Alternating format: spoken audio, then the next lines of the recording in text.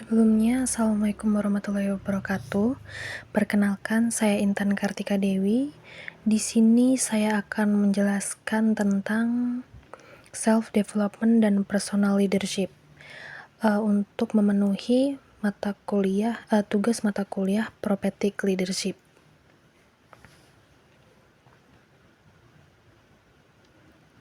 Jadi, kesuksesan dalam memimpin suatu organisasi dapat terjadi apabila kita memiliki kemampuan dan dapat memimpin diri sendiri atau self-leadership.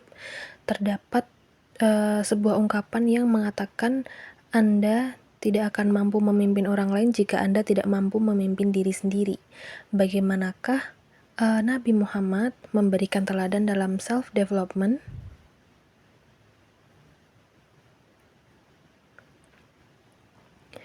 Pembentukan self-leadership di waktu kecil hingga dewasa Rasulullah. Yang pertama, Nabi Muhammad dilahirkan dalam keadaan yatim. Yang kedua, selama 5 tahun tinggal dengan Halimah untuk disusui. Beliau tinggal bersama keluarga Halimah dan bergaul dengan teman-temannya di alam bebas sambil belajar menggembala kambing. Yang ketiga, tarbiyah atau pendidikan kepemimpinan Rasulullah dimulai ketika diasuh oleh kakeknya Abdul Muthalib. Kakeknya merupakan tokoh terkemuka di masa itu, yaitu sebagai pengurus rumah suci, pemimpin Mekah, dan memimpin Quraisy. Kakeknya senantiasa mengajak Muhammad ke pertemuan penting dengan para pemuka masyarakat Mekah.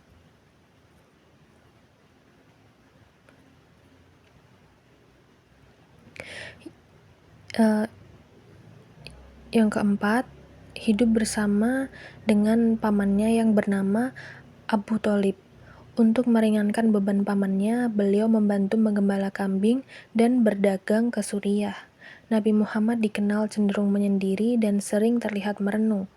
Meskipun demikian, tidak berarti suka mengisolasi diri dari pergaulan. Beliau dikenal sebagai pemuda yang jujur dan teguh memegang janji. Oleh karena itu, beliau mendapat gelar Al-Amin atau orang yang sangat dipercaya dari penduduk Mekah.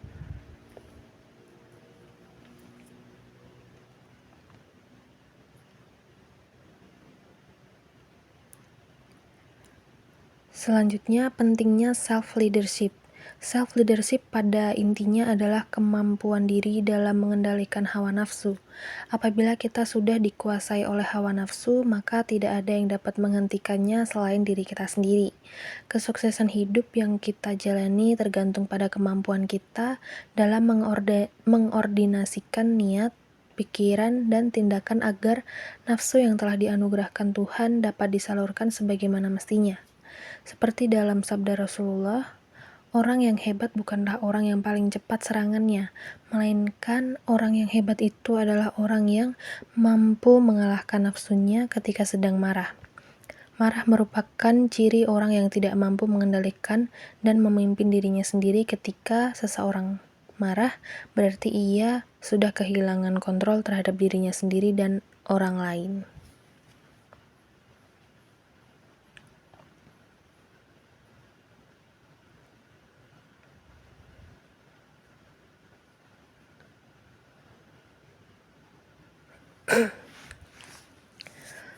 Self-leadership dan self-discipline.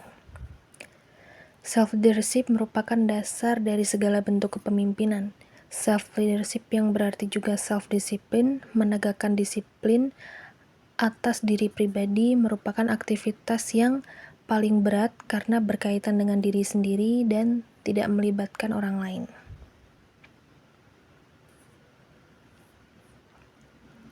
Selanjutnya, hubungan self-leadership dan organizational leadership.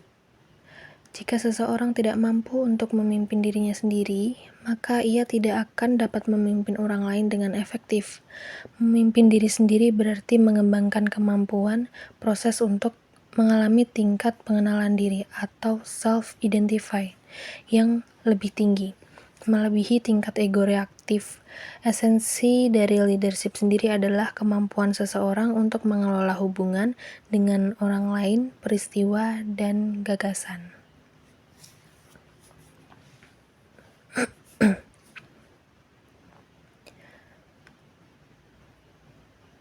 Self-leadership dan stress management. Salah satu manfaat dari self-leadership yang efektif adalah munculnya keberanian atau courage dalam arti luas yang berarti berani untuk memiliki mimpi yang besar atau big dreams dan berani untuk melangkah dan berani untuk menghadapi segala resiko yang akan menghadang. Salah satu rahasia munculnya courage adalah dengan mengelola dinamika batin atau inner dynamics, serta meredam rasa takut kalah atau kehilangan, atau fear of losing. Ketakutan memang sangat berenergi dan menimbulkan ketagihan, atau ketakutan memang dapat meningkatkan kinerja seseorang dengan membangkitkan adrenalin yang sangat berenergi dan menimbulkan ketagihan atau adiktif. Tetapi adrenalin juga akan tidak dapat bertahan lama. Untuk mencapai kinerja puncak yang berkelanjutan, pelajari dan ubah motivasi kita dari takut kehilangan atau fear of losing menjadi senang mengerjakan atau joy of doing yang mempunyai chemistry yang berbeda.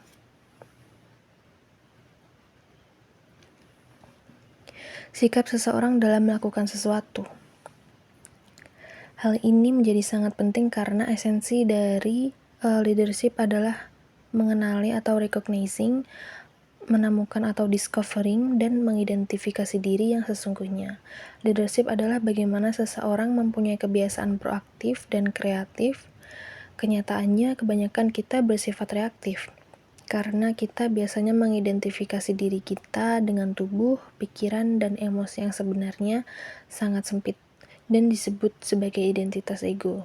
Sifat ego tersebut adalah self-centered dan reaktif. Berikut langkah praktis untuk mengatasinya sehingga dapat menimbulkan perasaan yang positif. Yang pertama adalah mengamalkan Asmaul Husna, zikir, sholat, tafakur, puasa, iktikaf, dan muhasabah. Yang kedua adalah self-discovering. Yang ketiga self-motivation. Yang keempat self-energizing. Dan yang terakhir adalah peak of performance.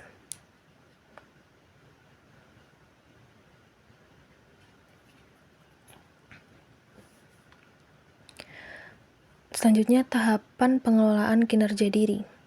Salah satu tahapan untuk mengelola kinerja diri adalah mengfokuskan diri pada pengembangan diri, fungsioner dirinya, yaitu menjaga agar tubuhnya sehat dan energik, membuat pikirannya lebih terbuka dan kreatif, serta mencegahnya dari emosi negatif.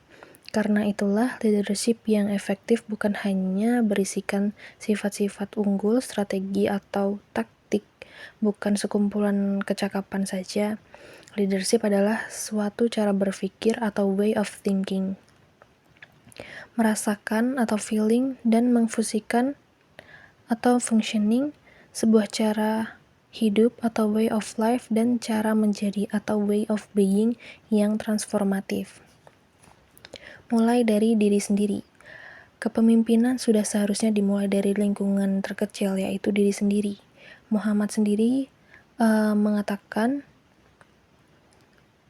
ibda bi nafsik, mulai dari diri sendiri. Hal ini berarti pula mulailah kepemimpinan dari kepemimpinan terhadap diri sendiri. Kesimpulannya, kepemimpinan mulai dari lingkungan terkecil yaitu diri sendiri. Seseorang tidak akan dapat memimpin orang lain dengan baik apabila tidak dapat berhasil memimpin dirinya sendiri terlebih dahulu. Muhammad SAW telah memberi teladan dan tuntunan bagaimana memimpin diri sendiri.